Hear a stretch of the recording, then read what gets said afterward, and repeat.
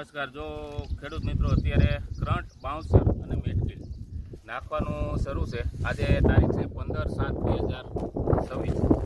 હવે અત્યારે ઘણા મિત્રોને એવું હતું કે આ કેવી રીતે નાખવું, કઈ રીતે કરવું।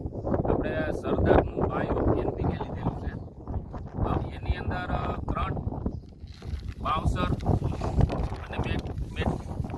હવે આમાં કેવી રીતે ભેળવવું એ તો તમને ખબર જ છે। જો પાણી થોડું સટકોરી દેવાનું છે પહેલાં ખાતર ઉપર। બાયો એનપીકે છે, ધ્યાન રાખવું કે કોઈ રાસાયણિક ખાતર નથી, એવું નથી, ખાસ ધ્યાન રાખો। બાયો હોય, ઓર્ગેનિક ખાતર હોય એની સાથે જ મેળવવાના છે। બાકી સાણિયા ખાતર આરે, રેતી આરે કે એના ઓપ્શન ઘણા છે, પણ આપણે બાયો એનપીકે આરે મેળવવી છે। અને અત્યારે વરસાદિયું વાતાવરણ છે અને ઠંડુ હવામાન છે, એના કારણથી અત્યારે આમાં નાખી। હવે આને એક પડીકું આપણે ખોરાકની જે આનું આવે છે ક્રિએટિવનું જે સાથે આની અરે મિક્સ કરી દેવાનું છે। હવે જો આવી રીતે આ મિક્સ થઈ જાય અને આપણે આગોતરું આયોજન આ મગફળી અત્યારે 1 મહિનો અને 5 દિવસની થઈ છે।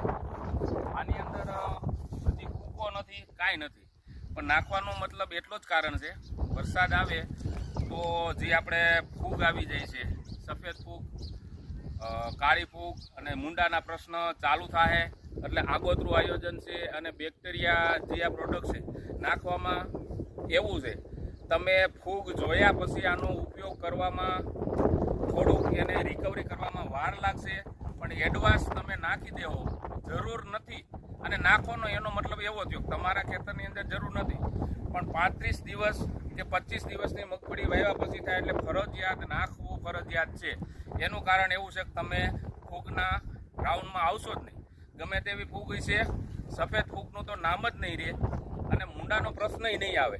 એનું કારણ એવું છે કે જે વસ્તુના મૂંડાના જે કોસેટા જ થાય છે એને જ મારવાનું મેટકીલ કામ કરશે।